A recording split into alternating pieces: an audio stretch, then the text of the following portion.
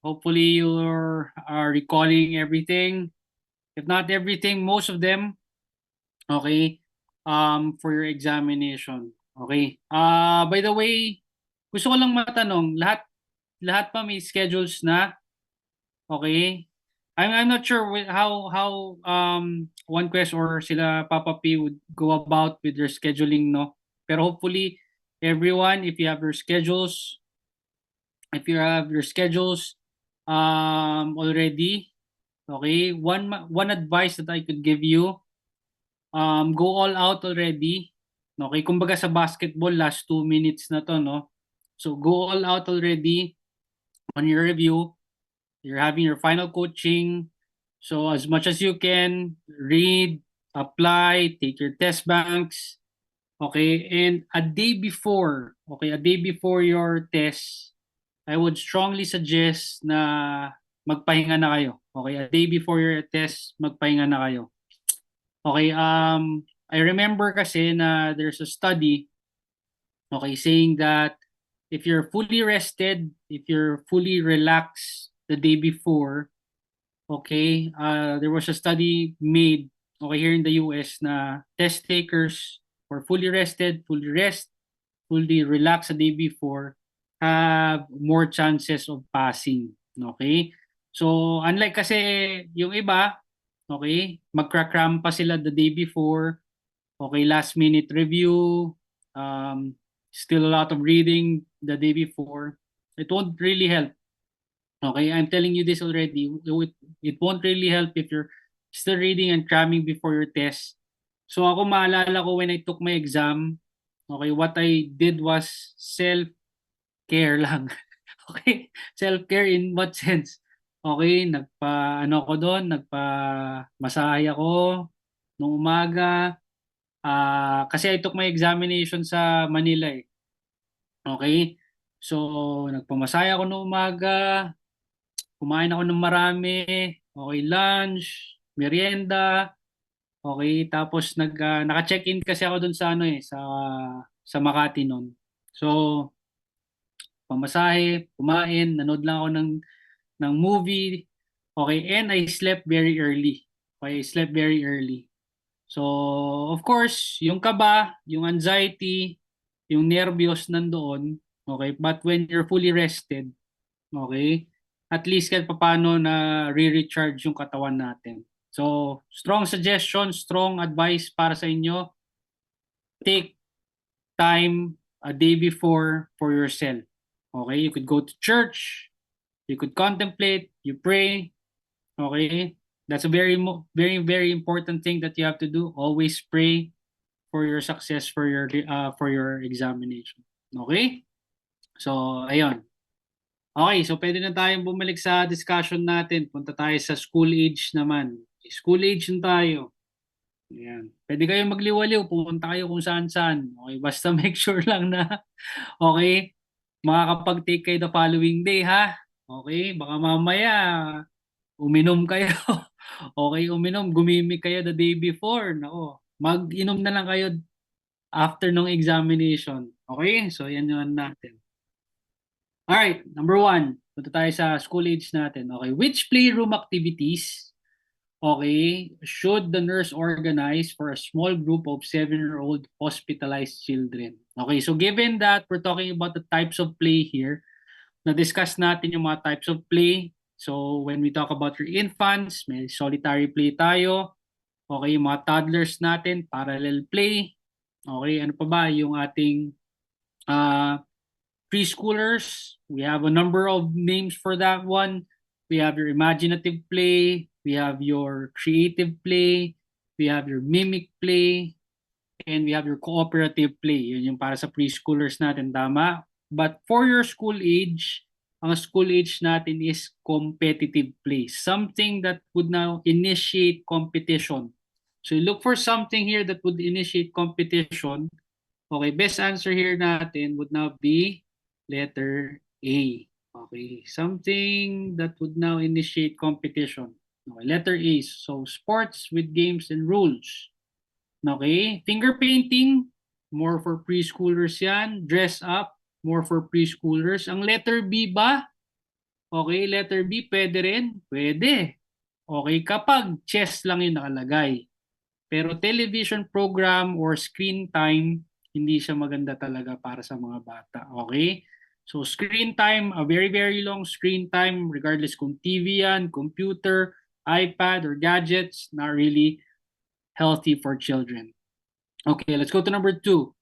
Okay, a child age 8 is brought to the clinic for a routine checkup to assess the child's vision. Okay, the nurse should ask what? This is a very good question. Okay, this is a very good question. Kasi you would look at this question physiologically. Okay? Pero you have to also take into perspective, okay, yung performance rin kasi nila, okay, as a child. Okay? So in terms of school activities, academics, okay, that can be affected because of their vision. Okay? So if you would see, punta tayo dito sa letter A, okay, yung color palette, yung pagtingin sa color palette, that can be something physiologic by nature. Okay, yung eyesight sa gabi, during the, sa madilim, that can also be physiologic. And glare, that can also be physiologic. But there's one thing, okay, that is apart from the physiologic disturbances of your eyesight. Okay, this would not be yung performance ng bata. Okay, so if you go deeper, okay, if you go deeper, there's one odd option here. And based on your test taking strategy, ang tawag dito is add one out. Okay, something odd, something different. Because like I said, A, B, and C are more of physiologic disturbances. Okay, dito, performance ang pinag-uusapan ng bata sa school. Okay, so to assess the child's vision, you could also look into the performance of the child in school. Okay, best answer natin dito would now be letter D. Okay, letter D. Ang sagot natin dyan. Okay, so this is the odd one out among the 4 options there. Okay, let's go to number 3. Okay, children given keys to their homes are called latchkey children. Okay, the following are reminders given to these children except. Okay, now in the latter part of our final coaching, doon natin i-enhance yung ability nyo to capture, okay, or to be very cautious sa mga key terms kasi natin. Okay, kasi nga, sabi ko nga sa inyo, always read your questions word per word. Because if you lack one word eventually, okay, this would now lead you to a different response right away. So kung ikaw, ang binasa mo lang yung hanggang dito, hanggang sa word na children, at hindi mo na-capture, hindi mo na-cite, hindi mo nakita yung word na except, it can lead you to a different response already. Okay, so 3 things here are correct. Okay, 3 things here are correct. The other one is an incorrect or inappropriate option. Okay? So ano yung mga tama dito? Una, siyempre, pag yung bata umuwi, nakita niya nakabukas yung pinto, sira yung bintana, siyempre re-remind mo yung bata na wag nang papasok sa bahay. Okay? So forceful entry inside the house, okay, warrants the child not to enter anymore. Okay? Siyempre, you should always give important contact numbers, okay, sa bata in case of emergency. That's appropriate also. Tapos, do not show, okay, the keys to strangers. Actually, hindi na nga uso ang susi dito kasi like yung mga bahay dito, dipindot na yung mga may mga na dito. Okay, kahit dyan sa Pilipinas, di ba yung mga nauuso ngayon, okay, na keypad na lang yung pagbukas ng pinto. Okay, so what is inappropriate here is letter D. Okay, kasi nga, do not talk to strangers. Okay, so kahit mga trabahador yan or yung mga construction workers excavating somewhere near your house, it's not really appropriate for them to communicate with them. Okay, so ayan, that would not be the inappropriate or the exemption among the 4 options. Okay? Number 4. Okay, number 4 tayo. Okay. So a mother of a 9-year-old boy is concerned why certain amounts of money disappear from her purse every time she's busy doing chores. Okay, she suspects her son from stealing, and the nurse educates the mother about childhood stealing. Okay, all statements given by the mother are true. Ito na naman tayo, except. Okay? So, ano ang exemption dito sa mga options natin? So, do remember that these school children, it's expected, it's normal, okay, to see the behavior na stealing. Okay? So, pwedeng monetary yan, pwedeng pera, okay, pwedeng possession yan ng ibang kaklase nila, pinipitik nila yung eraser, pencil. Discuss natin yan in the past. Okay? So it's normal, expected po siya sa mga age group na to. Okay? So like I said, being normal, letter A is very factual. Okay? Number 2, children in this age do not know the value of money and do not appreciate its worth. Yes, that's also something that we consider. Okay? Tapos the value of property rights are not yet reinforced. Yes. Okay, so the answer here would now be letter D. Okay, the child thinks that money is the source of everything. Okay, so yan yung sagot natin dito sa number 4. Number 4. Okay, number 5 tayo. Okay, the school-age child one day refused going to school because of a painful tummy. Okay, so you suspect the child is being bullied by a classmate. Okay, to fix this situation, you, again, never confront. Okay, pero ginagawa ba yan ng mga magulang, especially sa Pilipinas? Oo, di ba? Di ba? Pupunta yan sa school, susugurin nila yung bata. Okay? Yan. Okay, so mali yan. Never confront, never shout, never, tag mo dito, never discuss, or actually discussion would be fine. Pero never, wag mong papagalitan yung bata. Okay? Initially talking with the child and asking him for any problem and then talk with the teacher thereafter to look upon the situation. Yes, pwede. Okay? Do you force the child? Never. Don't force the child. Okay? Wag mo nating i-force yung bata dito. Taking your child to school, ignoring the symptoms being experienced by your child. If there are any symptom or there are any signs, okay, that your child is being bullied, yung bata is withdrawn, yung bata show ng mga headache, okay, kunwari linalagnat, no, napapadalas yan, expect mo na binubuli yan sa very sensitive yung bata, okay, baka nabubuli yan sa school. So do not ignore these signs and symptoms, okay. So, best answer natin dito would now be letter B. Okay. Longest answer na naman. Okay. Okay.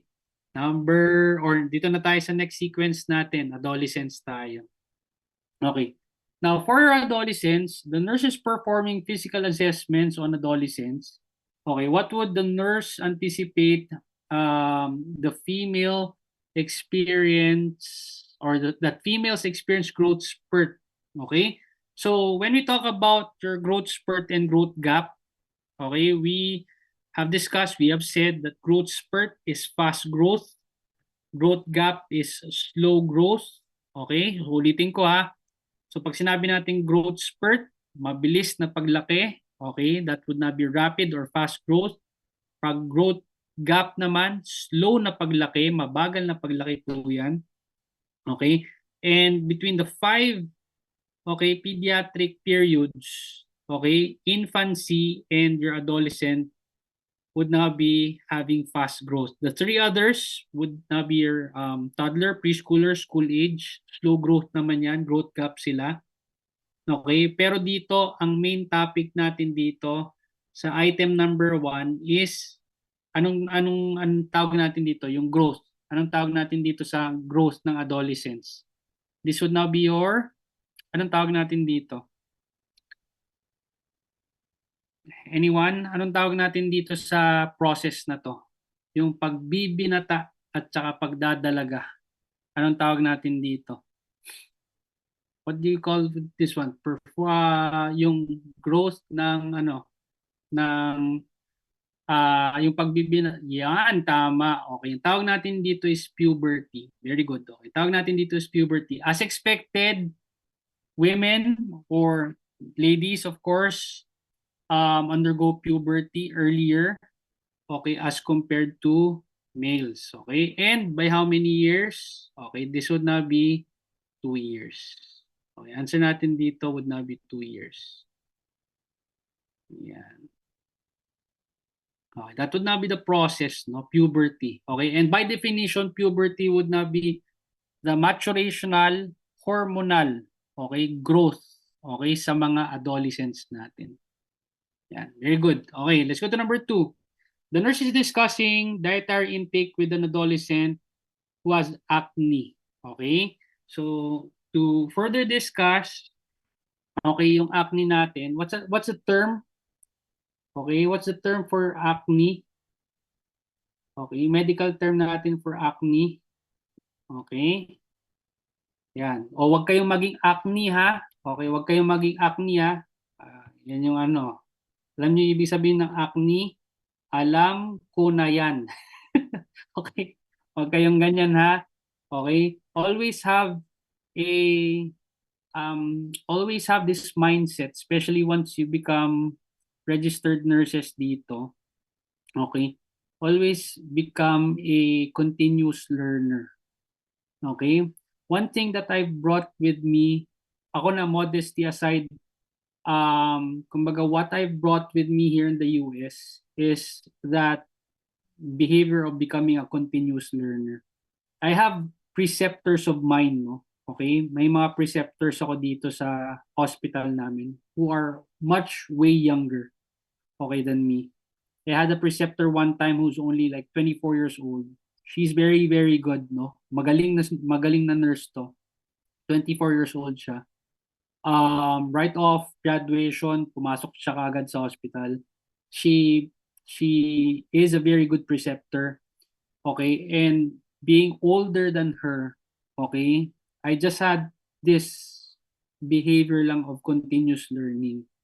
Okay? So, ganun rin pag pumunta kayo dito sa US, kahit mas magaling kayo, okay, mas matalino kayo dun sa preceptor nyo, baka there are also things, okay, that they can teach you, okay, but on the other hand, there are things that you can teach them as well.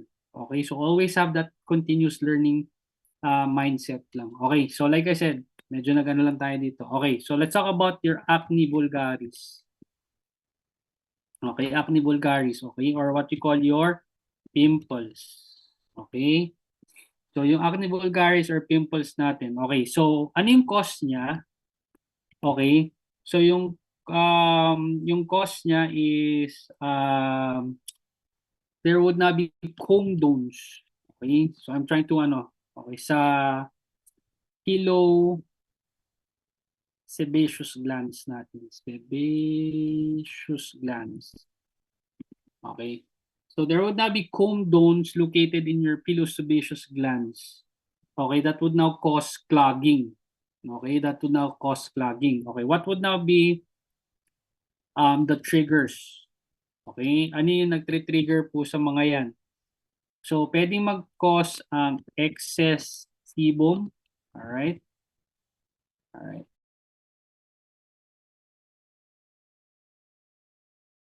Pwede mag-cause ang excess sebum. Okay, pwede mag-cause ang bacteria. And pwede rin ang inflammatory mediators. Okay? So kapag kunwari hormonal ka, okay, if you are hormonal. Okay, so management lang natin. Okay, management natin. What do you often tell your patients na na madalas pinipimple? Okay, what would now be the initial management? Okay, initial. This would now be proper hygiene. Okay, proper hygiene. Yan natin dyan. Okay. So, initial would not be proper hygiene. You should also tell them or educate them of proper balanced diet. Okay, so may mga pwedeng mag-trigger rin kasi sa pimples like chocolates, di ba? Yan yung mga ano natin, fat. These are things that can trigger pimples to grow. Okay? However, pwede rin kasi tayong gumamit ng ano, topical tretinoin dito. Yan, okay? Or steroids, just in case. So, yung mga, okay, pimple na tinubuan ng tao. Okay. Alam niyo yun, yung talagang kurikong, yung mga lumalabas dito na hindi na pimple, kurikong na yung lumalabas. Okay? So topical tretinoin and steroids are very advisable sa ano. Yeah. And sometimes pwede rin gumamit ng antibiotics pag kunwari ano, pumutok na tapos nagko-cause ng irritation na. Okay? Pero if there's one thing na best and initial thing, okay, to avoid, okay, your acne would not be proper hygiene. Yeah. Okay, so okay na tayo dyan. I think that's well covered. Okay. So, like I said, what is the most appropriate statement for the nurse? Okay, so this is also an umbrella option. Okay, umbrella option to. Answer natin would now be letter A. Yeah. Okay, because proper protein intake, vitamin intake, okay, would be good. Okay, you have to decrease fatty food. That's good. You have to avoid caffeine. Yan. So, syempre, yung mga coffee drinkers dyan, yan, pwede yan mag-trigger ng pimple growth. Okay, so, medyo bawas-bawasan ng pagkakape. Pero, coffee is life. Okay, coffee is life. Yan. Okay. Now, let's go to number 3. Okay, what is the best way for the nurse to accomplish a health history in a 14-year-old client? Okay, now in the adolescents kasi, okay, they are very secretive. Okay, madalas ang mga adolescent, very secretive yung mga yan. And you have to really gain their trust. Okay? So, trust in a way of communication ha. Kasi nga, sabi nga natin, the foundation of all psychosocial tasks is trust in the infant. Okay? Pero ito, we're talking about a different type of trust. So for them to disclose any information sa inyo, dapat may proper rapport kayo nung adolescent. Okay? And apart from that one, kailangan, besides proper rapport, meron kayong privacy. Okay? So never interview them or verify any information with their parents. Okay? So this is not really an appropriate thing. Okay? Focus on the discussion risk factors in the peer group. Pwede, pero mas makakapag-open na pang adolescent in private. Okay? Use some type of language as the adolescent. Okay? Yung mga millennials ngayon, di ba? Siyempre, makakatulong yan, okay, if you know how they talk, okay, how they express themselves, okay, pero best pa rin ito. Okay, always allow the opportunity for them to express their feelings. Yan. So instead of asking close-ended questions, always provide them, instead of giving them close-ended questions, provide them opportunities by asking open-ended questions. Okay. So to number 4. Okay, you have a 16-year-old admitted to the hospital for acute appendicitis and an appendectomy is performed. Okay. Which of the following nursing intervention is most appropriate to facilitate normal growth and development? Okay, so our answer here, ladies and gentlemen, dito sa number 4 natin. Okay, allow the family to bring the child's favorite computer games. This is more appropriate for a preschooler actually. Okay, encourage the parents to room in with the child. Sabi natin, hindi yan ano. Okay. Encourage the child to rest and read. Okay, or allow the child to participate in activities with other individuals within the same age group. So the sense of belongingness with their peers and friends is also essential for his clients. Okay, so answer natin dito is letter D. Okay, so sana ganito kadali yung mga questions, no? Okay, but here's the thing also. You have to really get basic, easy questions in your test. Okay, if there are questions that you should absolutely have correct answers with, okay, ito lang advice. Diet questions, kailangan 100% ka dyan. ECG questions, kailangan 100% ka dyan. Computation questions, kailangan 100% ka dyan. Okay? And yung mga basic positioning questions, kailangan 100% ka dyan. Okay? And, meron pa palang isa, pathognomonic signs, kailangan 100% ka dyan. Okay? So, you should know what everybody knows. Okay? So, kunwari, okay, pag tinanong ka, okay, what would now be a good diet for a patient with kidney disease? So, less sodium, less salt. Lahat ng tao, lahat ng nurse, alam dapat yon. Pero pag tinanong ka, what would not be the best diet for a patient with pheochromocytoma? Oh, let's say, hindi mo alam kung ano yung pheochromocytoma. Okay? So, if I were you, I would really master the basic ones instead of the rare ones. Okay? So, 1 point lang naman yung mga ganong klaseng 1 point, 2 points lang naman yung mga questions na yun. Pero the basic questions you have to know. You have to master and perfect them. Okay? Kasi ano yan doon ka kukuha ng percentages mo, okay, when it comes to your exam, answering the basic questions. Okay, now let's go to number 5. Okay, the nurse is caring for an adolescent client who underwent surgery for a perforated appendix. When caring for this client, the nurse should keep in mind that the main life stage task for an adolescent is what? Okay, answer natin dito would now be this one. Okay, letter B ang sagot natin dyan. Okay? Alright. So, trust would now be more specific for an infant. Okay, tapos medyo vague kasi yung letter A at letter D. Okay, so actually this is a HESI question also. Okay, so yan. Alright, let's go to number 2. Baka magtatanong kayo, sir, bakit nagbibigay ka pa rin ng mga HESI questions if you yourself, ikaw na nagsabi na hindi, kasi nga, some of the test writers, some of the item writers actually are the same people who made ATI at saka HESI. So, syempre yung mga Amerikano dito, because yun nga yung normal na binibigay nila, yun yung mga normal na binibigay nila sa mga graduates nila. So, there are chances that they'll uproot also questions from those sources. Okay? So, yung mga ganun. Pero, to tell you, actually nakikita ko kasi sa GC nyo, okay? Nakikita ko sa GC ninyo like this morning, kagabi dyan sa inyo, okay, ang raming sinisend ni Sir Saison na topic, okay? Guys, yung mga topics at saka yung mga materials na sinisend nila, maximize them. Okay, maximize them.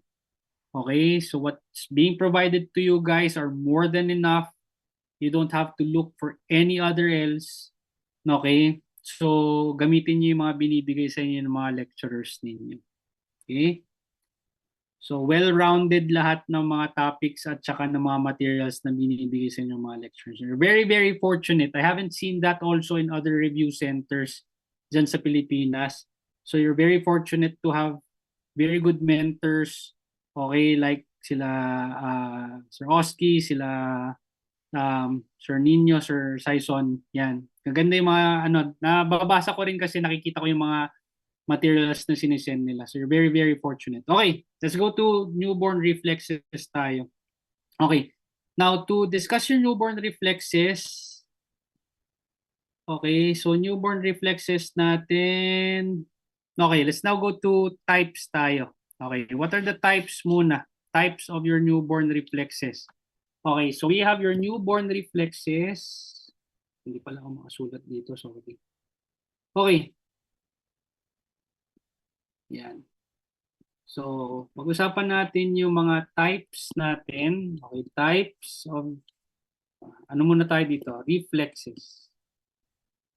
Just for your header, yung title natin dito. Okay, so we have your types. Okay, we have your newborn reflexes. Okay, we call this as your primitive reflexes. And these are considered temporary. Okay, we now have your adult reflexes, or we also call them as your lifelong reflexes. Okay, which are, of course, permanent. Okay, permanent siya. Permanent. Okay. So, what are the purposes rather, okay, ng ating reflexes? Okay, so ang mga reflexes natin, tatlo actually ang purposes. Okay. So, your reflexes are intended to provide nutrition. Okay? So, imaginein natin na wala tayong swallowing reflex. Okay? Paano tayo makakain ng pagkain natin? Di ba? So, kailangan natin ang mga reflexes for proper nutrition. Okay? Apart from that one, okay, you have to have reflexes to protect your body. Okay? Like your blinking reflex. Okay? So, para hindi tayo mapuwing, kailangan natin ng blinking reflex. Okay, para hindi tayo mag-aspirate, kailangan natin ng gag reflex. Okay, yan mga ano natin. So, kailangan natin ng mga reflexes for protection. Okay, and the most important purpose of your reflex is they are considered indicators, okay, of your CNS integrity. Yan. Okay, so for central nervous system, to check if it's intact, okay? To check if it's intact, kailangan natin ng mga reflexes natin. So, they are indicators of CNS integrity. Okay? So, yun yung mga ano natin dyan. Alright. So, let's answer yung mga questions natin doon. So, medyo ano lang tayo dito. Oo nga pala. Okay, ano yung mga um, ano yung reasons for ano natin dito? Reasons for retained primitive reflexes. Okay. So yung reasons natin dito. Okay. Alright. Hindi ko na isama yun dito sa amin. Okay. Alright. So yung mga reasons for retained. Reasons for retained. Okay. For retained primitive reflexes.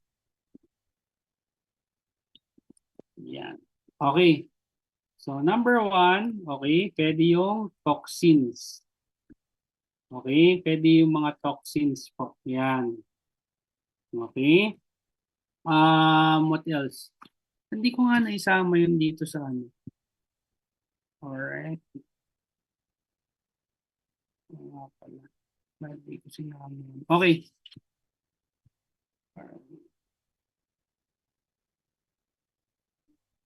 Wait lang guys ah. Okay. Alright. But I think it's not really that ano. So toxins would be one. Okay. So isama pa natin dito yung, nasaan na ba tayo? Okay. Isama natin dito yung mga motor delays. Yan, motor delays. Kasi ito yung mga usual kasi na ano. Tapos, let me just try to remember the two others lang. Pero more importantly, guys, sorry ha. Sorry for this one. Okay. Pero more importantly, I'd like to focus on the specific types. Okay. Pero more common kasi ang toxins saka motor delays dito. Okay. Now, let's answer lang the following dito. Okay. Number one, okay, startling. Okay, startling with a loud noise or by jarring the crib. Okay, answer natin dito, guys. Okay, answer natin dito would now be your Moro reflex. Okay, sagot natin sa number one would now be your Moro reflex. You can answer them together with me here. Okay, writing down on your manuscripts. Okay, moro reflex is number 1. Okay, and another term for that, of course, would not be your startle reflex. Okay, from the word startling, syempre. Okay, now, protects the eyes from any objects coming near it by rapid eye closure. Of course, answer here would now be letter C, corneal reflex. Okay? And another term for your corneal reflex would now be your blinking reflex. Ang tawag natin dyan, blinking reflex. Okay, number 3. Okay, for number 3, brushing or stroking the cheek by the nipple. Okay, this would now be, ano sagot natin dito? Rooting reflex. Okay, this would now be your rooting reflex. That would now be letter D. Okay, let's go to number 4. Okay, placing any substance on the posterior portion of the tongue. So at the back of the tongue, okay, ang tawag natin dito is your swallowing reflex. That's letter G. Okay, letter G ang sagot natin dyan. Okay. Now, over the anterior portion naman, okay, over the anterior portion of your tongue, okay, you call this as your extrusion reflex. That's letter F. Okay, letter F. Alright. Punta tayo sa number 6. Okay, so the arm and leg on the side toward which the head turns extend. So just to demonstrate this one. So kung nakikita nyo sa mga screen ninyo, so when you turn the head to one side, okay, tinurn nyo yung head to one side. So if it's turned to the right arm at saka yung right leg mag-extend. Okay? So ma-abduct siya, mag-extend siya. Okay? Now the opposite side naman naka-flex siya. So when you turn the head to one side, simultaneously gaganyan yung bata. Okay? So you call that as your, okay? You call that as your fencing reflex. Okay, you call that as your fencing reflex. Another term for fencing reflex would not be your tonic neck reflex. Again, recall lang naman to mga kapatid. Okay, this is just simply a recall. Okay, now, stroking the plantar surface in an inverted J. Okay, very basic. This would now be your Babinski reflex. Yan. Okay. Now, touching along the paravertebral area by probing finger. Okay, this would now be your trunk incurvation reflex. Okay, can anyone tell me what's another term for trunk incurvation reflex? Another term for your trunk incurvation reflex. Okay, starts with letter G. Another term for trunk incurvation reflex. Anyone? Anong tawag natin dito? Starts letter G. Yes, very good. Gallant reflex with a double L yan ha. Okay, with a double L. Okay, gallant reflex. Very good. Okay. Now, holding the newborn in a prone position with the head underneath supporting the trunk. Answer here would not be letter H, parachute reflex ng tawag dyan. Okay, and then reflex that test the integrity of the spinal nerves from T8 through T10 rather. Okay, cremasteric reflex yan. Okay, cremasteric reflex. Okay, now, things to remember here. Okay, things to remember. Okay, things to remember for your reflexes. Okay. So, number 1, pwedeng tanungin sa inyo, if a patient has a unilateral, okay, if a patient has a unilateral Moro reflex, okay, so if your patient has a unilateral Moro reflex, the indication there or the suspicion would be, okay, a brachial plexus paralysis. Okay, this is an NCLEX question. Pag tinanong kayo, the patient has a unilateral Moro reflex, okay, what would now be your suspicion as a nurse? Okay, answer there would not be a brachial plexus paralysis. Or, okay, kung hindi yan na makikita, there is a shoulder fracture.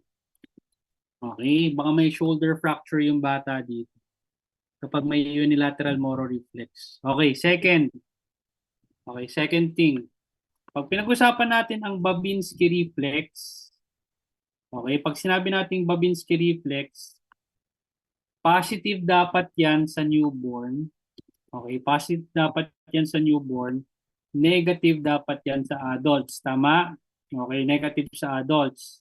However, pag nag-positive yan sa adults, okay, pag nag-positive sa adults, ano kaya ang condition nito ng ano natin? Kapag positive sa adults ang Babinski reflex, baka meron siyang meningeal, okay, baka meron siyang meningeal irritation. Diba? Okay, baka may meningeal irritation yung patient natin. Okay. Okay. Lastly, okay, let's talk about your cremasteric reflex. Okay? Please remember your cremasteric reflex is always contraindicated. Okay, contraindicated to patients suspected to have cryptorchidism. Okay? Cryptorchidism. Okay, ano ulit ang cryptorchidism? Yung undescended testicles.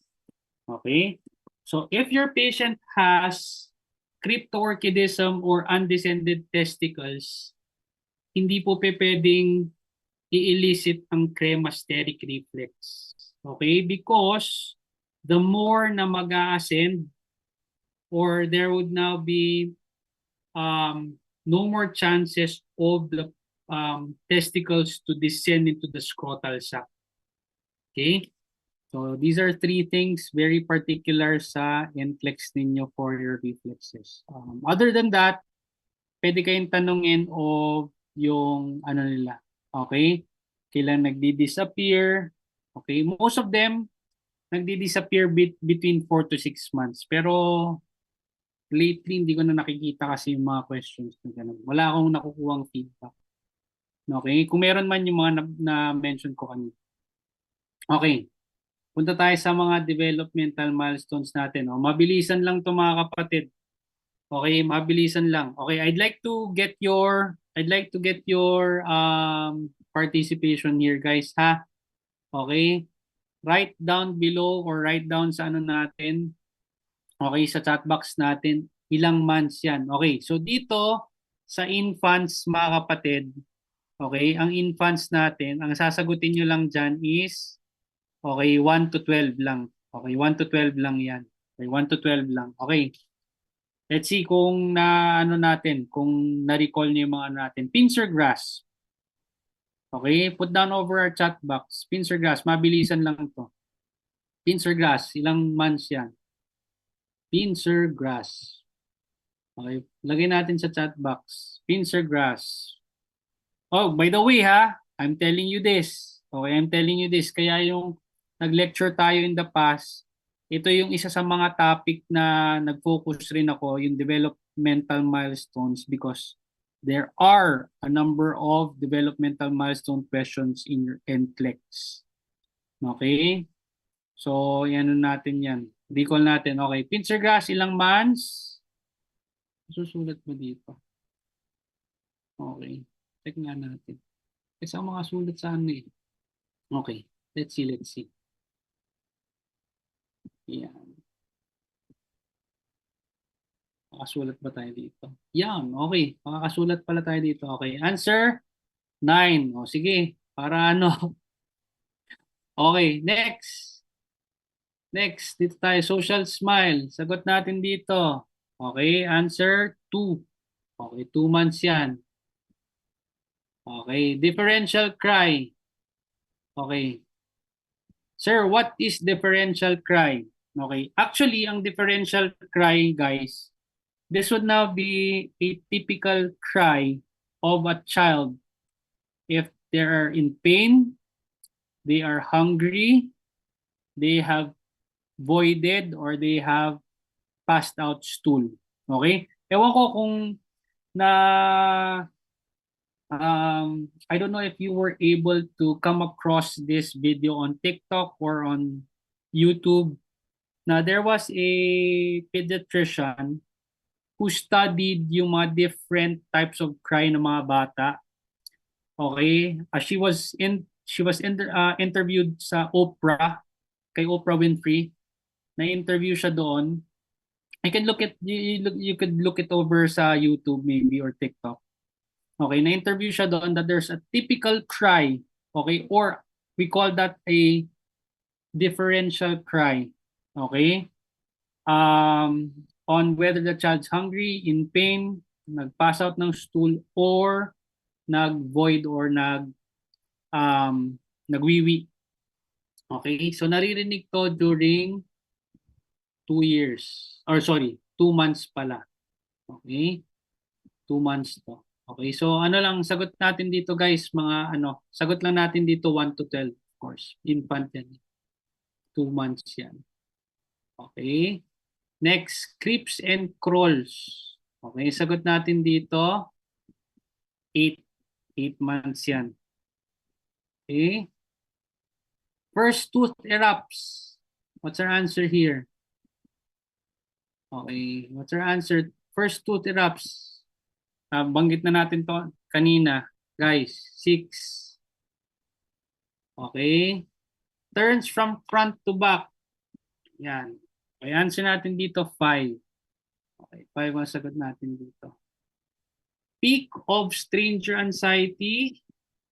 Okay, sagot natin dito 8 months. Okay, 8 months. Okay, says the word dada.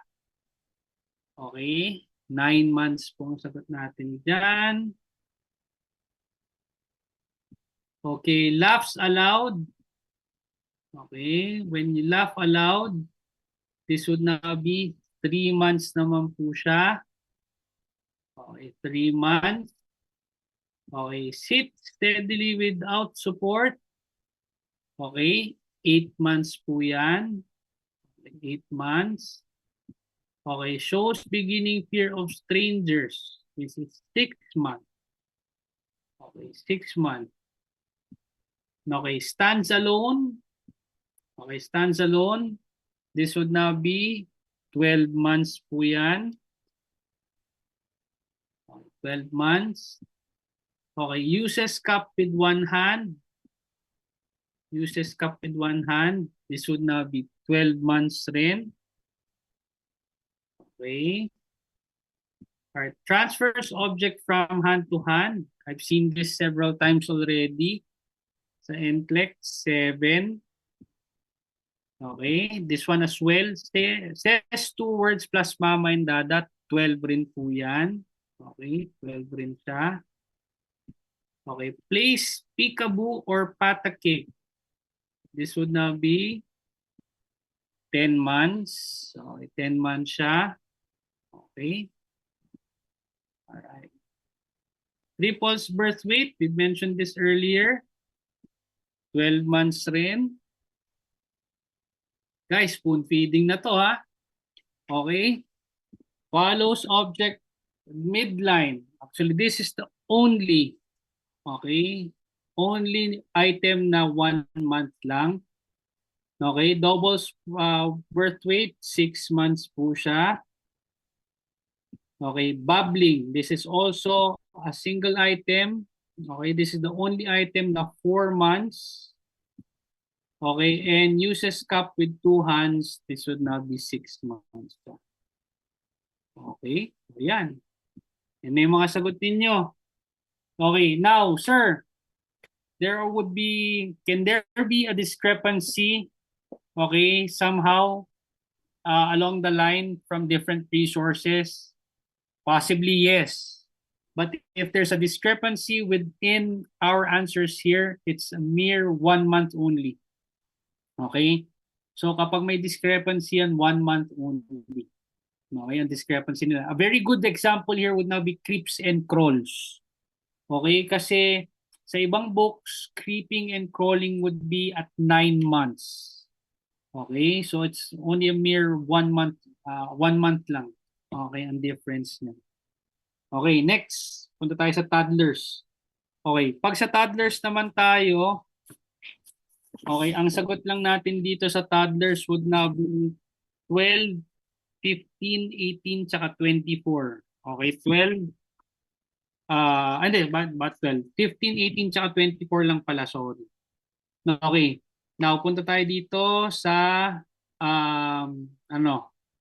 toddlers. 15, 18, 24 lang yan. Okay, so this would now be 24. Okay, this would now be 24. Okay, walks well alone. Ako to. Sikat tayo dito pagdating sa walks well alone. 15, both sa local tsaka NCLEX yan. Lumabas yan sa mga lectures natin. Okay, walks well alone. Okay, uses two-word sentences. 24 po siya. Okay, that's 24. Alright, creeps upstairs. This would now be 15. Okay, 15 po yan. Okay, walks upstairs using both feet on same step at same time. Okay, this is answer 18. 18 po yan. Okay. Drops toys for adults to recover. Okay, this would now be 15. Okay, sa ibang books, ito ang binigay nila dyan. Okay, so instead of dropping toys, okay, instead of dropping toys for adults to recover, pwedeng throws toys. Yan, throws toys. Yan. Okay, sa ibang books yan ang linagay nila. Okay, bladder training. Nasabi na natin to kanina, 24. Okay, bowel training po. This should now be 18. Okay, scribbles. This should now be 15. Okay, 15 yan. Okay, puts pellets into containers. This would now be 24. Okay, puts pellets into containers. That would be 24. Okay, do you have other things here? Okay, no more. Okay, so we're done with your toddlers tayo dito. Okay, toddlers. Yan. Okay, next. Punta tayo dito sa preschoolers natin. Okay. So preschoolers, ang isasagot lang dito sa preschoolers would not be 3, 4, and 5 only. Okay, 3, 4, and 5. Yan. Alright. So 3 to 4 word sentences. 3 years old po yan. Okay, that would now be yan. Okay, copies triangle. Okay, so copies triangle, 5 years old to. Okay, 5 years old. Okay, dresses self-independently, 4. That would now be 4. Okay, pedals tricycle. Ewan ko kung naalala niyo yung kwento ko sa inyo. When I took my NCLEX back then, yan, tinanong sa akin, when can a child learn how to ride a tricycle? Hindi ko na makakalimutan yan. Nag-exam ako. 3 years old. Okay? Balances on one foot. This would now be 3 years old as well. Okay. Ties shoelaces. This would now be ties shoelaces. 5 years old po yan. Okay. 5 years old. Okay. Copies square. Ilan yung sides ng square? 4. So yan. 4 years old yan. Okay, tiptoes. Okay, 3 years old. Okay. Jumps at one step. 3 na naman yan. Okay. Rides bicycle. This would now be on a later age. 5 years old po to. Okay, walks backward. This is also 3 years old. Okay, tapos draws a cross. Okay. 3 years old rin siya. Okay, 3. Yan. Okay, so kapag preschoolers, It's either 3, 4, and 5 lang yan. Bibigay nilang dito. Okay. Sir, ang haba naman ng listahan. Guys, ito, maiksi na tong listahan na to. Okay, I'm telling you, believe me when I say this is already a shortened, very concise, very brief list as compared to what you can see, what you can have over your book. Okay? So, yan. Okay, punta na tayo sa next. School age, maraming questions to. Okay, gang age, 9 years old to. So, ang pagpipilian nyo lang dito actually medyo mahaba yung range dito. It's from 6 to 12. Okay, 6 to 12. Okay, pero ito lang yung mga nakikita natin lately sa exam. Okay, best friend develops, 8 years old siya. Okay, pero question pala dito, if you can recall, is this a heterogeneous relationship or homogeneous relationship? Pag may best friend dito, heterogeneous or homogeneous? Pag may best friend yung mga bata dito. Homo or hetero? Ano sagot natin dito? Homo or hetero? Okay, homo or hetero?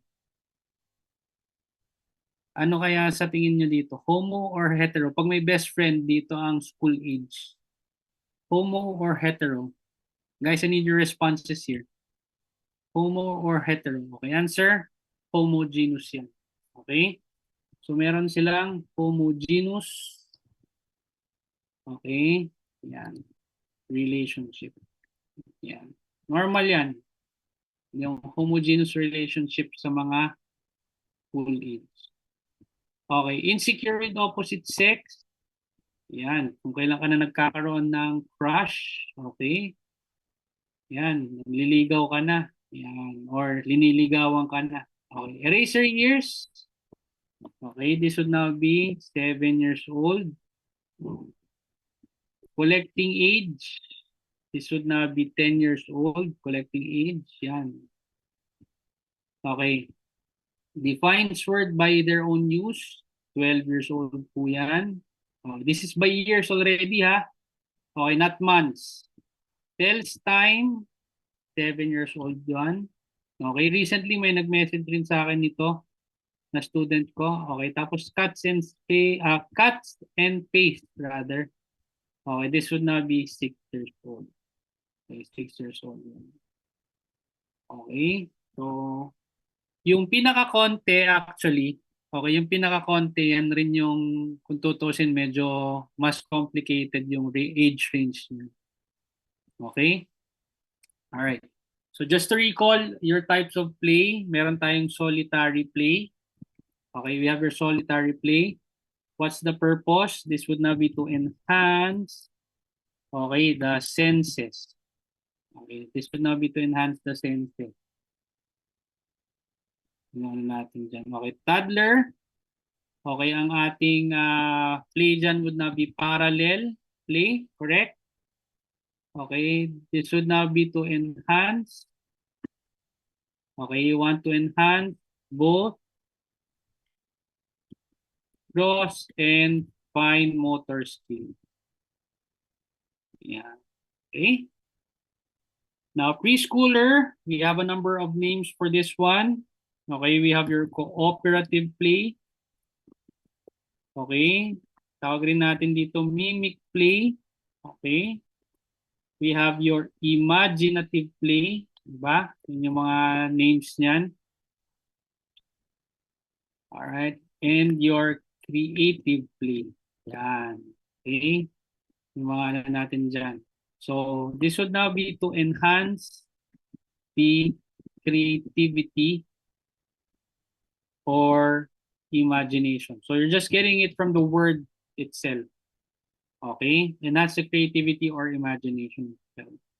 Okay, school age natin, competitive play. Okay? And our purpose here is to enhance confidence and competent. Yeah. Yun yung ano natin dyan. Enhance confidence saka competence. Okay, tapos lastly, when it comes your adolescent, social play ang tawag natin. Social play. And the main purpose for this one is to enhance, of course, relationship. Okay? Enhance relationship. Yan. Okay? So, at least, ano natin, yan yung mga types of play natin. Okay. Very good. Okay, so for the next hour, I think we'll be able to cover a couple of your new pediatric abnormals. Okay, and medyo mas thorough tayo dito sa part na to. Okay, kasi marami tayong possible na mga questions dito. Okay? Okay, sige. Let's go. Punta tayo sa pediatric abnormals. Okay, sa neurologic disorders tayo dito. Okay, now you are performing an admission assessment on a 22-month-old infant diagnosed with hydrocephalus. Okay, so we're talking about your hydrocephalus here. Okay, let's try to highlight. Okay, the disease entity, we have your hydrocephalus. Okay, and the nurse assesses for the first major sign associated with hydrocephalus when. Okay, so ganito yung ano natin dyan. So if you remember in our lecture, okay, as a recall natin dito, alright, hydrocephalus. Okay, ano lang natin yung ano natin, hydrocephalus. Okay, so let's talk about the signs and symptoms. Signs and symptoms. Okay, so if you remember in our notes, that's triple B, triple H, tapos me. Okay, so you can have your own mnemonic actually, but for me this still works for several years already. Okay, so number one is bulging fontanelles. Okay, so you now have bulging fontanelles here, and the only time that you can assess, okay, the fontanelles at maximum would now be 18 months. Okay, so if you remember in your anatomy, okay, we have two fontanelles, both the posterior and anterior. Okay, yung isa triangle, yung isa, okay, diamond. Okay, the smaller triangle would now close between 2 to 3 months. The bigger diamond would now be closing between 12 to 18 months. Okay, so beyond 18 months, hindi na natin makikita ang open fontanelles ng ano. Okay, now number 2, okay, you have behavioral changes. Okay, so behavioral changes. So if you see the words irritability, okay, restlessness, yan. Or pwede rin ang agitation. Agitation. These are signs of your neurologic deficits. And by the way, let me remind you about this one. This can apply not only in your peds. This can also apply in your med-surg. If you would be asked what's the earliest sign of neurologic deficit, your answer would always be behavioral changes. Okay? So if your patient's irritable, restless, agitated, or in older patients, they're confused, okay? They won't be able to answer who they are, where they at, okay? Or ano yung situation. Okay? Those are signs of neurologic deficit. Okay. Number 3, bossing sign. Okay, this would now be your bulging eyebrows. Okay, bulging eyebrows. Just to recall what we have discussed in the past. Okay. Letter H, we have head circumference increase.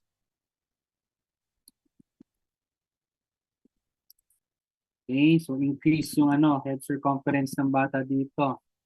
Okay, number 2, may headache yung bata. Okay, with accompanied nausea. and vomiting. Okay? So, bakit magkasama or magkadikit itong headache tsaka nausea and vomiting? Because headache is primarily subjective. If you remember what we mentioned before, headache is primarily subjective. So, if that's an infant, you can't elicit or you can't check for headache.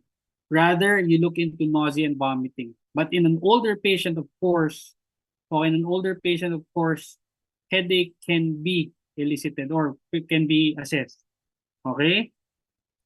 What else? Letter H, meron tayong hyperactive reflexes. Okay, hyperactive reflexes. Okay, so we have two more. Okay, we now have your Mace-Went sign. Okay, Mace-Went sign. Okay, and this would now be considered as your clap pot sound. Okay? Okay, and meron tayong eyes sunset. Okay, so sunset eyes sa patient natin na may hydrocephalus. Okay? All right. Now, your question was asking about this one. Oh, by the way, sorry. Let me just go back to this one. Okay. So, management natin dito. Okay, management is to, okay, reduce or lessen, okay, increase intracranial pressure. Okay, yung ICP natin. Okay, pero ang surgical modality natin dito would now be a shunt procedure. Okay, shunt procedure. Most common, okay, there's another NCLEX question. Most common is a atrioperitoneal shunt.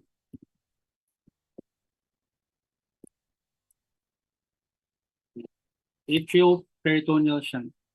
Oh, sorry, not atrio. Ventricular peritoneal shunt. VP shunt, sorry. Bakit yun na naisip ko? Okay, ventriculoperitoneal shunt. Alright? VP shunt, sorry. Okay? That's the most common.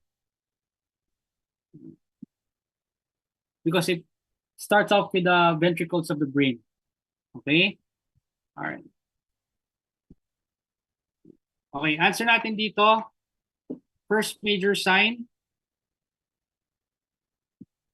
Okay, answer here would now be, kasi 22 months old na siya di ba? Okay, 22 months old na yung bata. Okay, apical pulse is non-conclusive yan. Okay, we can't check for the fontanelle anymore here. Okay, we can't check for the fontanelle anymore. Okay, answer natin dito would not be this. Okay, take the blood pressure. Okay, because if you have increase in your ICP, okay, pwede magkaroon yan ng widened pulse pressure. Okay, or yung tinatawag natin na Cushing's triad. Okay, so yung Cushing's triad by definition is the inclusion of your hyper-Brady-Brady, okay, or hyper-Brady-Brady. You have to take the blood pressure of the patient. Okay, next. Okay, a nurse develops a plan of care for a child who is at risk for generalized tonic-clonic seizures. Okay, precautions and documents that which item is need to be placed at bedside. Okay, answer here would now be very easy question, letter A. Okay, you have to have a suction equipment and airway at bedside. Okay, now you have a patient here. Okay, you have a patient with a seizure episode. Okay, very common na tanong dyan is, how do you position the patient? Yung mga ganong question na yun, kung yung mga question na yun is hindi mo masagot, definitely you can transition to more difficult question, to more difficult or high yield questions in your test. Okay, so as the simplest question that can be asked of you about a seizure precaution, if a patient is having a seizure episode, ano daw dapat ang position niya? So dapat alam nyo, sideline position siya. Okay, now, furthermore, okay, you'll be asked here in your PEDS, what is the most common type of seizure in children? Okay, answer. This would now be your, okay, absence seizure. Okay, absence seizure. Okay, so yung mga features niya, okay, features of your absence seizure is staring at blank spaces. Okay, so these are features of your absence seizure. Okay, sudden loss of consciousness. Okay. Oh, sorry.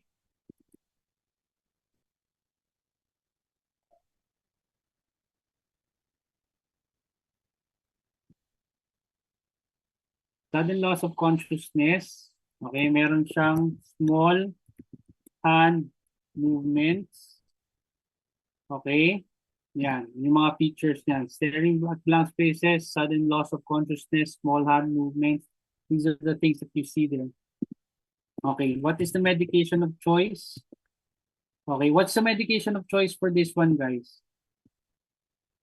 Nabigay ko to before. Just a recall. What's the medication of choice for absence seizure? Can anyone tell me ano ang medication of choice for absence seizure? I'd like to see over your chat box. What is the medication of your medication? Starts with letter E. E. Answer? Okay. Wala, ang gapungawan. Okay, answer? Ito, succinimide. Okay, ito succinimide. That would not be the medication of choice. Ito, succinimide. Okay? Alright, so side effects niya. Okay, what would now be the side effects for your ethosuximide? Very common side effects. Kasi nabigay ko naman na lahat to dati. Okay, may fatigue. Okay, may fatigue tayo dyan. Okay. Meron tayong gastric upset. Yan. Alright. Pwede kang magkaroon ng headaches. Okay. Pwede magkaroon ng itching. Okay. Or pruritus.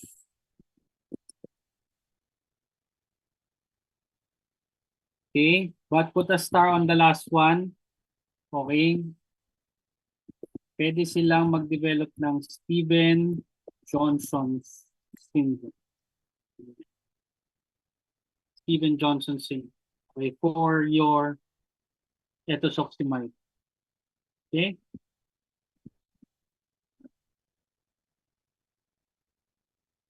Okay, next. So still have 45 minutes left. Okay, so one morning, the nurse notes that a 3-year-old in a crib has a clamped jaw. Okay, tapos experiencing tonic-clonic seizures. Okay, the priority nursing responsibility at this time is what? Okay, now, you have to really be highly critical on this one. Okay, because if you have a patient with seizures, a patent airway is the best option there. Okay, patent airway is the best option when your patient has seizure episodes. But, okay, yung clause kasi dito, okay, yung clause dito, yung diverting clause natin dito would not be clamped jaw. So of course, you cannot deliver, okay, a patent airway right away. Okay? So, best answer natin dito here would now be safety. Okay? Safety ano natin. Of course, letter B is incorrect. It's inappropriate for the main fact that this is contraindicated. O, hindi tayo nag-insert ng plastic airway, okay, for patients with seizures. So, please ka pa paano mga madadaling questions to. Okay, number 4. Okay, a nurse is performing an assessment on a 7-year-old child who is suspected to have absence seizures. Which of the following assessment questions to the mother that will assist in providing information that they will identify the symptoms associated with this type of seizure. Okay? So we have discussed a while ago there yung inyong absence seizure.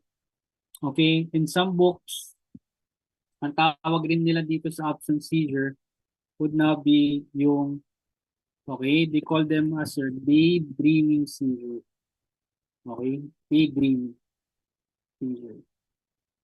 Okay? So, yan yung natin. Another term natin dito. Okay. Answer natin dito, okay, would now be this one. Okay?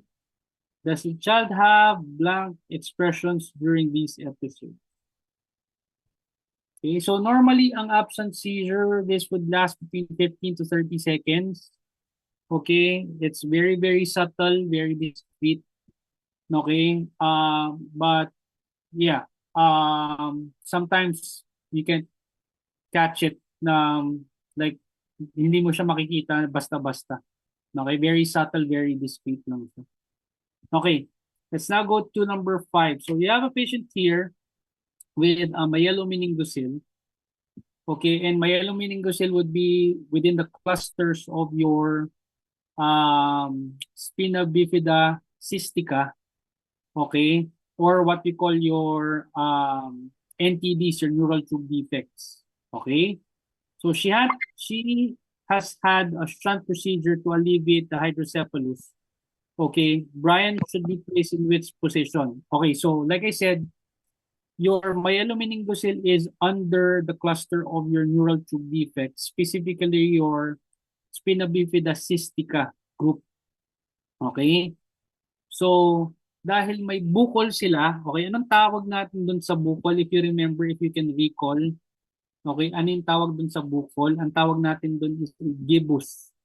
Okay? So, there would now be a presence of a gibbus. Okay, may presence of a gibbus. Excuse me. Okay, or a sac-like protrusion.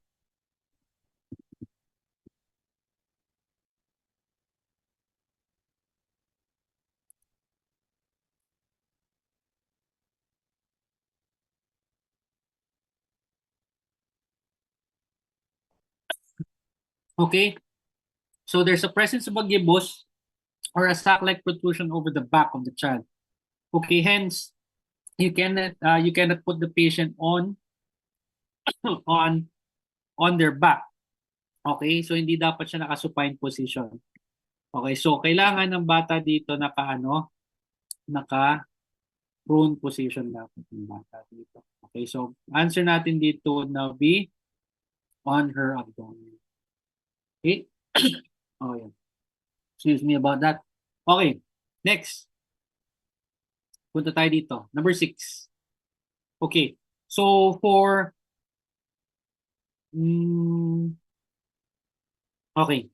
So, for number 6, we're talking about your Ray's syndrome. Okay. The history reveals the use of your medications. Okay. Which of the following medications might be implicated in the development of your Ray's syndrome? Okay. Sagot natin dito would now be letter D. Okay, aspirin. Okay, now, to recall again, okay, recall tayo dito with regards to your Ray's syndrome. Okay. All right, Ray's syndrome. Okay, this would now be, okay, the cause would now be the presence of a viral infection. Okay, plus the use of aspirin. Okay, so that would now be the cause of your Ray's syndrome. Okay, what would now be its effect? Okay, so its effect would now have damage on 2 specific organs. Okay, So it can affect your brain, okay, and it can affect your liver. Okay, so if you have a patient with Ray's syndrome, your patient can develop encephalopathy. Okay, all right. And when your patient has Ray's syndrome, your patient can develop hepatomegaly. Yan. Okay, so it can damage your brain, okay, and it can cause, okay, an increase in the size of your liver, okay, or can cause a fatty liver itself. Okay? Yeah, okay. So, management, nursing management natin dito. Okay, nursing management is more on supportive management dapat tayo dyan. Okay, supportive management. Okay, plus seizure precautions. Seizure precautions. Okay, so what are the medication of choice for patients with Ray's syndrome?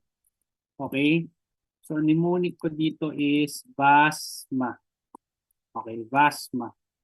Okay, ang ating medication of choice. Okay, number one, okay, because we have liver damage there, okay, that can cause prolonged bleeding mo. Okay, kailangan mo magbigay ng vitamin K, okay, to synthesize or improve yung clotting factors ng patient natin dyan.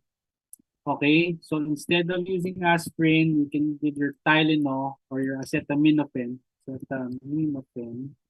Yan. Okay, you can also give steroids per patient. Okay, because there is, because this one, may edema sa brain. So you give your osmotic diuretics per patient. You give your mannitol. Okay, and lastly, you can give your anticonvulsants. Bibigay ka ng anticonvulsants natin dito sa sa patient natin. Okay? So, viral infections such as your chickenpox, mga ganyan. COVID, yan, viral infections, mga yan.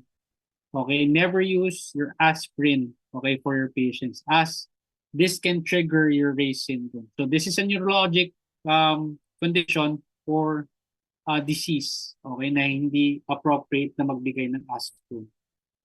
Okay? But question pala, by the way, okay, if you remember from our lectures in the past, there's only one exemption to the rule. There's only one viral infection na pwede kang gumamit ng aspirin. Can you tell me what it is? Okay, can you tell me what it is? There's only an exemption to the rule for this one. All viral infection, you avoid the use of your aspirin with exemption to one viral infection only na pwede tayong gumamit ng aspirin. What it is? Or what is it? Sorry. what it is? What is it? Okay, what is it? What viral infection can aspirin be used? Okay, anong viral infection ang pwedeng gumamit ng aspirin? Okay, if you remember, it's a cardiac condition actually. Okay, that is caused by a viral infection. Can anyone tell me kung ano yung ano name? Starts with letter, okay, starts with letter K. Anong disease to, mga kapatid? Yung pwede tayong very good, Alden, okay? Answer there is Kawasaki disease. Okay, so if there's an exemption to the rule of the use of your aspirin for a viral infection, this would now be your Kawasaki disease. Okay, ready na to. Okay, ready na. Okay, let's go. Punta na tayo sa susunod. Okay, so that's the only exemption to the rule, your Kawasaki disease. Okay, now next, punta tayo dito sa inyong neural tube defects. Okay, so the nurse is teaching a class of pregnant women about diet. Okay, nutrients or which nutrient decreases the incidence of your ano. So ito guys, actually pag tinakpan mo yung question and you just simply utilize your test taking strategy here, okay, I'm pretty sure that you can get the correct answer right away. Okay, because this is a very, very good example of an odd one out question. Okay, like I said, sometimes it can, nasa ano mo na yan, nasa ilalim na ng, nasa, ika nga nila na, ah, nasa harap mo na yan eh. Okay, na, what do you call this one? It's right underneath your nose. Okay, na even without reading the question, obvious na merong kaibang option dyan. Okay?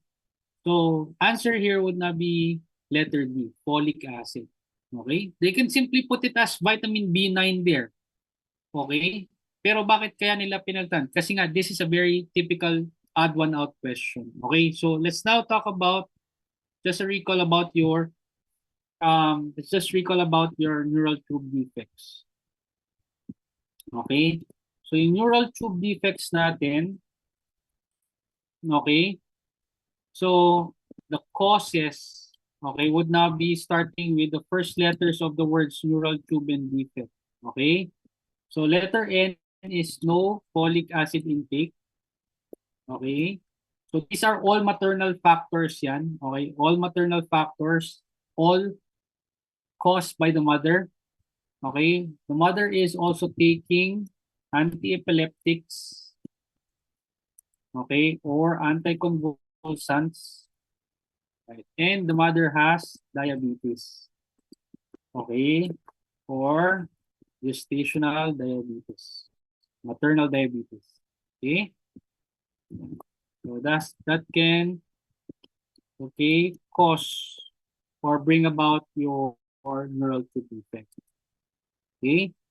So, I don't want to go further dito kasi na-discuss natin yung mga ano niya, yung mga classifications niya. If you remember, meron tayong anencephaly, okay, meron tayong spina bifida disorders, okay, meron tayong hydrosy, tawag mo dito, yeah. All right. Yeah.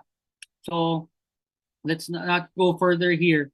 Okay, but for your neural tube defects, very, very important dito yung tinatanong dito sa NCLEX na diet. Okay, yung diet natin dyan. So you have to provide supplemental vitamin B9 or folic acid. Okay, yung natin dyan. Okay, next. This is a very good ano. So kumbaga, hindi ko kasi maano to into a SATA question, but typically this is a SATA question. Okay, so you're assessing an 8-month-old for signs of increased ICP. Which of the following signs should indicate increased ICP? Select all that apply. Okay. Now, okay, 8-month-old yan. Okay, 8-month-old yung ano natin dito. Oh, definitely kasama dito ang, okay, bulging fontanelle. Okay, kasama yung bulging fontanelle dyan. Okay, what else? Kasama rin dito, of course, ang inyong, okay, decreased level of consciousness. Okay, because of the pressure brought about by your increased ICP, okay, your patient can become lethargic, obtunded, pwede maging stuporous. Okay, yung patient natin dito. Okay. Tapos, instead of tachy, your patient can have bradycardia. Okay. Your patient has bradycardia. Okay, so syempre mali ang letters or number 6. Mali ang number 6 kasi instead of decrease, kailangan increase yan.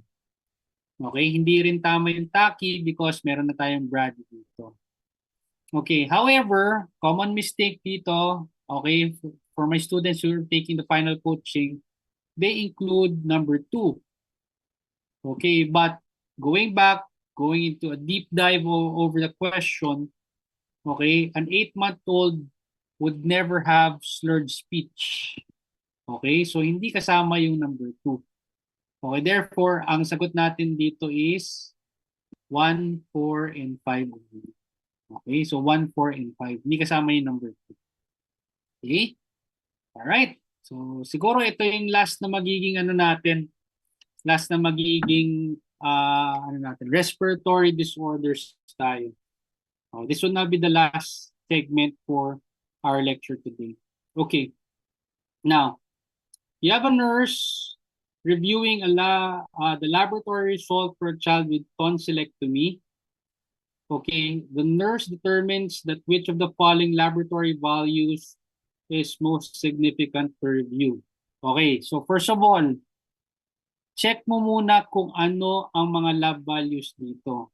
Okay? So there are three that are lab values. The other is not a lab value. So that can be automatically eliminated. Okay? So kailangan very, very cautious tayo sa keywords na ginagamit ng question natin. Okay. Now, because your patient's tonsils are very vascular, okay, any trauma or any injury can cause bleeding right away.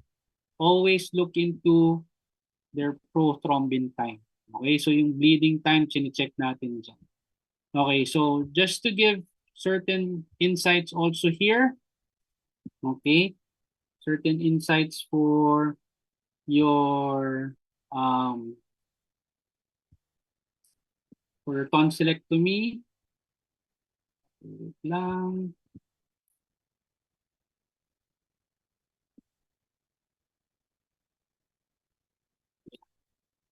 Tayo sa ano. Okay, so for tonsillectomy, just a recap again. Tonsillectomy, okay. Okay. So what would now be the criteria for surgery? Okay. Criteria for surgery, okay, CPR. Okay, that would now be the criteria. So number one, if it causes dyspnea. Okay, so kapag ang patient natin, meron na siyang tinatawag na kissing tonsils. So magkadikit na yung both tonsils niya, that can be a criteria for surgery. Okay, number two, kapag meron siyang peritonsillar abscess, okay, another word for abscess would now be pus, okay, or purulent discharges. Okay, all right, tapos, sorry for this one. Okay, tapos number three, another criterion dyan would now be recurrent infection. Okay? So according to books, kapag meron siyang 4 or more, okay, episodes. Okay? Episodes within a year. Yeah. That would now be your criteria for tonsillectomy. Okay? So, I believe na discuss naman na rin natin yung mga ano. Usually, ang tinatanong rin dyan, apart from the criteria, is post-op position. So, basically, you have to make it a point your patient is conscious. Okay, so may aspiration precautions tayo dyan post-surgery. Okay, and then always put your patient initially in a prone position and move towards a sideline position to prevent aspiration. Okay, so yun yung mga ano natin. Okay, now, talking about this one. Ito yung ano, yung sinasabi ko. Okay, a nurse is preparing to care for a child after tonsillectomy. The nurse documents on the plan of care, okay, to place the child in which of the most appropriate position. Okay, answer natin dito is sideline. Sagot natin dyan is sideline. Okay, now, another question na gasgas na talaga. Okay? A nurse is caring for a child after tonsillectomy. The nurse monitors the child, knowing that which of the following may indicate that the child is bleeding. The answer natin dito is frequent swallowing. Going across a lot of resources, mapa-Saunders, mapa-Kaplan, okay? With exemption lang kay UWorld. Si UWorld lang ang walang question na to. Pero lahat na ano, halos lahat, okay, merong question about, okay, indicator of bleeding or hemorrhage post-tonsillectomy. Okay? Kay UWorld, wala yun. Okay, wala. Very, very updated si UWorld. Like I said, you're very fortunate to be using that resource. Okay, I know you've invested much for your UWorld, pero it will pay off. I'm I'm gonna tell you, this is one thing also. This is by statistics sa UWorld. If you get, okay, if you get an average of 72% and above, okay, tawag dito, regularly, okay, kay UWorld, you have a 92 to 96% chance of passing. Okay? Maganda kasi yung gauge, yung barometer kasi ni UWorld. Okay? So, kaya ako personally, I'm not, kumbaga hindi ko siya minamarket. Pero pag tinatanong ako ng estudyante ko, sir, ano kayong okay na material? UWorld talagang hindi. Okay? Kahit wala akong ano dyan. Okay? Walang benefit sa akin pag ano. Okay, let's go to number 12. Okay, number 12 tayo. Okay, so you have found a child, okay, sitting on the floor while leaning forward with neck hyperextended. Okay, the nurse observes the child has dyspnea, okay, and marked restlessness. Okay, the child was rushed to the hospital diagnosed with epiglottitis. Okay, so which of the following is an appropriate nursing consideration?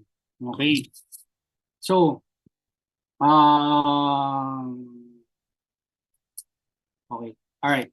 Sige, konting ano tayo dito sa ano, kasi epiglottitis, very common ano rin yan.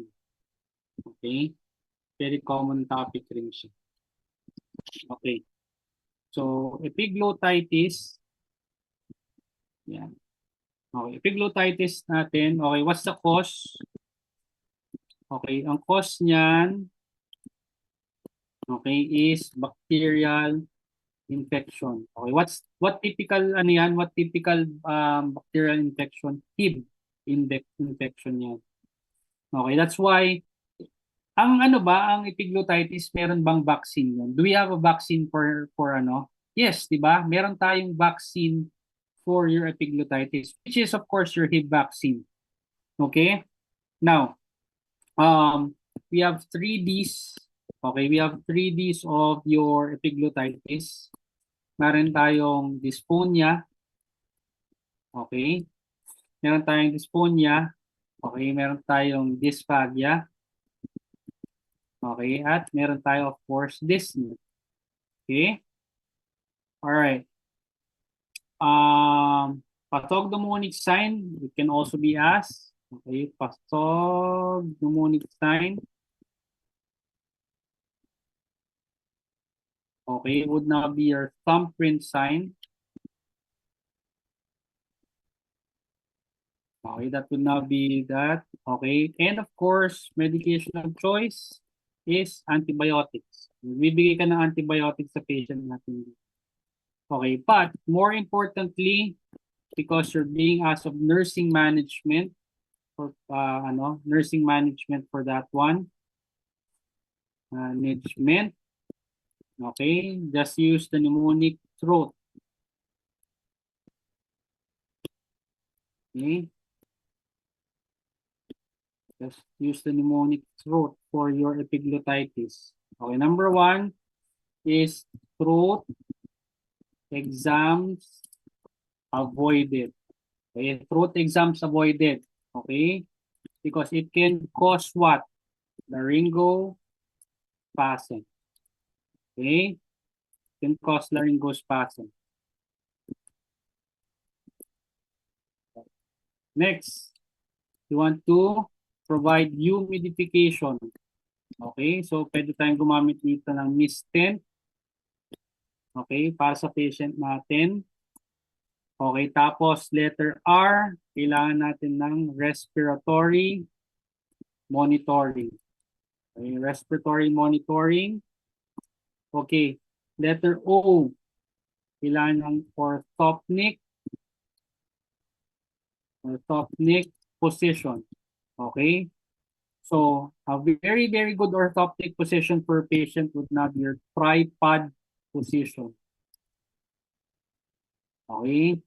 So, when you say tripod position, yung bata naka-splint, okay? Naka-anchor, naka-splint yung both arms with the body facing forward. Okay? So, tripod position yun. Okay, tapos at bedside, okay, meron ka dapat trick set, okay, and BVM. Okay, trick set and BVM or bag valve mask. Okay, tapos letter T, you have to take medication. Take medication. So if there's a little bit of discrepancy to what you have in your notes in the past to what I have here, it's the same. Okay, it's the same lang. Kapag may mga discrepancy, it's the same lang naman. Okay, so ano ulit yung bag valve mask? We commonly know this as your ambu bag, di ba? Uy guys, pag nandito, pag actually even in the Philippines, okay, never used to the term ambu bag. Although we commonly know this as ambu bag. It's a BVM. Okay, BVM ang gagamitin. Ha? Okay. Yeah. All right. So, epiglottitis, yeah. So, okay na to. Covered na tayo dyan. Okay, almost done. Okay, so nakita mo yung bata, naka-tripod position siya. Okay, the nurse also observes dyspnea and marked restlessness. She was rushed into a hospital. Okay, which of the following is an appropriate nursing consideration? Answer here is this one. All right, so you avoid eliciting the gag reflex because it can cause laryngospasms in your patient. Okay, letter D, of course, is a contraindication. Okay, never put a padded tongue blade, never elicit the gag reflex, never do throat examinations in the patient. Okay, number 13. Okay, you have a patient here with asthma, okay, treated for acute exacerbation in the emergency room. Okay, a nurse reports which of the following that indicates a worsening in your condition. Okay, letter A, of course, would not be expected. Okay, it is a good thing for you. Okay, it's a good thing for you to hear wheezing in the child. Okay, but the absence of wheezing is a sign of worsening. Okay, so a decrease in wheezing is a sign of worsening. It's a sign of deterioration because you have a pending or impending rather, okay, status asthmaticus. Okay, so alam nyo na yan, yung tinatawag natin na silent chest. Okay, so ayaw natin na mawala yung wheezing, kailangan meron yan.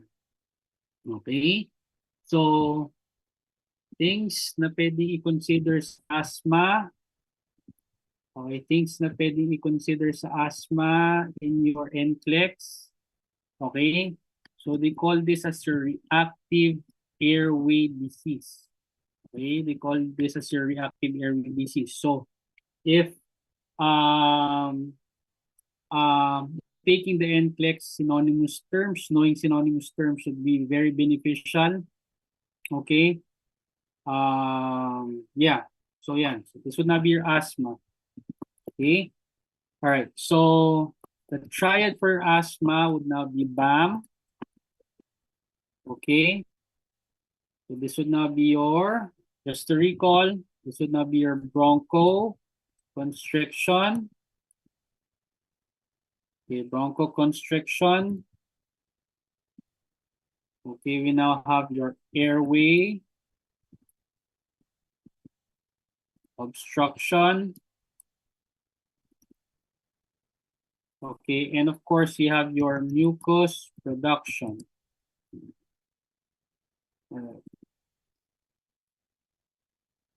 Okay, so when it comes to preventive medication of choice, anong ginagamit natin dito? Okay, we have your leukotriene inhibitors. Okay, ito, tanatanong sa NCLEX. You have to give, so a preventive medication of choice would not be leukotriene inhibitors. A very good example there would not be your Singulair. Okay, or we call this as your Montelukast. Okay, so thing that we do here is give before, okay, asthma attack. Okay, or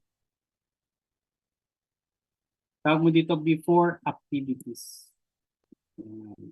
Okay, so if you're anticipating an asthma attack, like let's say you'll be running, you'll be doing something, exercising, or you're doing a rigorous training, you can give your leukotriene inhibitors to. Okay? Bigay naman natin yun sa lecture natin in the past. Okay? All right. So, number 14, 6-year-old is admitted for tonsillectomy. Pre-operatively, it is essential that the nurse do what? Okay? Observe the child's ASO titer. Okay, provide the child with a favorite toy. Okay, check for loose teeth. Okay, answer natin dito is this one. Okay, so you look into, okay, the presence of a loose tooth. Okay, as this can cause your, okay, aspiration. Okay, what is ASO titer, by the way? Okay, so if you can recall, ASO titer stands for anti-streptolysine O titer. Okay, and this is very distinct. Okay, this is a very distinct diagnostic for patients with rheumatic fever. Okay, if you remember, okay, sa cardiovascular nyo, okay, your ASO titer is more specifically distinct, no? Okay, for patients being diagnosed with rheumatic fever. Okay, but essentially, when we talk about your tonsillectomy, it has a connection to your rheumatic fever because the sequelae of a laryngitis or your tonsillitis would be rheumatic fever. Okay, so yung mga patient natin na nagkakaroon ng rheumatic fever, it often starts with a sore throat. Okay, kung matatandaan niyo. Okay? Alright, number 15 tayo. Okay, which of the following activities can be allowed for a patient with bronchial asthma? Okay? So, rule of thumb, okay, when it comes to activities, okay, rule of thumb, when it comes to activities, natin dito. Okay, so rule of thumb, pagdating sa activities ng patient na may asthma, okay, activities dapat siya, activities to promote optimal lung expansion, okay, without exhaustion. Okay, so any activity would do provided that it promotes optimal lung expansion without exhaustion. Kaya nga po, as I have said in the past, the best sport for a patient would now be swimming.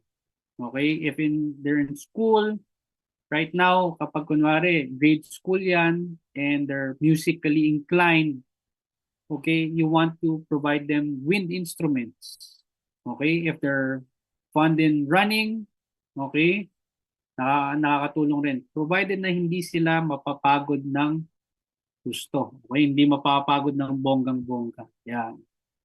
Okay, so our answer here, which of the following activities can be allowed for a child with bronchial asthma? Okay, so mopping the floor can be a trigger. Okay, mopping the floor can be a trigger kaya hindi siya advisable. Okay, hindi advisable yung pagmamop ng floor. Okay. doing card games and reading books can be somehow sedentary, not really something that can promote your lung expansion. So you're choosing between letter A at saka letter B. I bet merong pumunta sa letter A. Okay? I bet may pumunta sa letter A. Pwede siya, pero, okay, I would rather go to letter B instead. Okay? And actually, this is the correct answer sa resource actually, sa book na pinagkuhanan natin. Okay? So at least kahit paano, ice skating can be pretty exhausting. Okay, so I would go for something that can still promote your lung expansion without exhaustion. So answer here would now be letter B. Okay, sagot natin dito na letter B. So our answer here would now be letter B. Okay. All right, so ladies and gentlemen, that would now conclude for now, okay, our first session together for our final coaching. I know it's been a very, very, very long day for you, long day and night. Kasi kagabi nag-lecture kayo with Sir Sison, tas na maaga kayo nagising this morning. Okay, and then I'll be seeing you again on December 3, same time tayo from 8 to 12. Okay, 8 to 12 yung natin. And again, thank you very much guys for being with me today. I'm very optimistic that you guys would be doing well. Alam ko naman nandyan lang kayo in front of your computers and your laptops, okay? And I know you're bringing a lot of things right now coming into your exam, okay? Kung tutuusin, nagiging anxious na kayo, palapit ng palapit yung NCLEX ninyo. Okay, parang marami kayong dinadala ngayon. Kaya naiintindihan namin kayo pag kunwaring yun nga, nagkakaroon na ng mixed emotions na nearing your NCLEX. So again guys, always remember to pray. And as we conclude our class also, let's offer another prayer to our Lord, okay, for your successful NCLEX examination. So let's put ourselves in the presence of the Lord. For the Catholics, let's do the sign of the cross in the name of Father, Son, Holy Spirit. Amen. Lord Heavenly Father, thank you so much for today. Thank you so much for another opportunity for us to learn. And not only that, Father God, thank you very much for the opportunity of life that you have given us. You have given us another day, Father God, for us to explore the world and at the same time learn more things in preparation for our NCLEX. Father, as we near the date of our examinations, may you always guide us and give us the clarity that we need in everything that we do and everything that we will pursue, Father God. May you give us the wisdom also, not only to pass our NCLEX but also to become very competent nurses in the future. We also ask for blessings, not only for ourselves but also for our family. May we continuously ask also for forgiveness for our shortcomings. We know, Father God, that we are not perfect, but for the guidance that you always provide us, we know that you will always lead us to the right path. We also pray for our family, Father God, that they continuously be healthy, be strong, and be blessed as well. And we offer all our hard work, Father God, to our loved ones who continuously support us in our endeavors. Maraming salamat po, Father God, also for giving me this opportunity to be with this very fine individuals. Hopefully, Father God, despite of our distance, they would always learn and keep a mindset of being continuous students, Father God. Thank you very much for everything and all our prayers. We lift them up to you through our Son, Jesus Christ. We pray. Amen. In the name of the Father, Son, Holy Spirit. Amen. Guys, thank you very much. Have a great day ahead. And I'll be seeing you next week. Okay? And ingat po kayo palagi. Okay? Bye-bye. And magandang araw sa inyo mga lahat. Bye-bye. Yes, sir.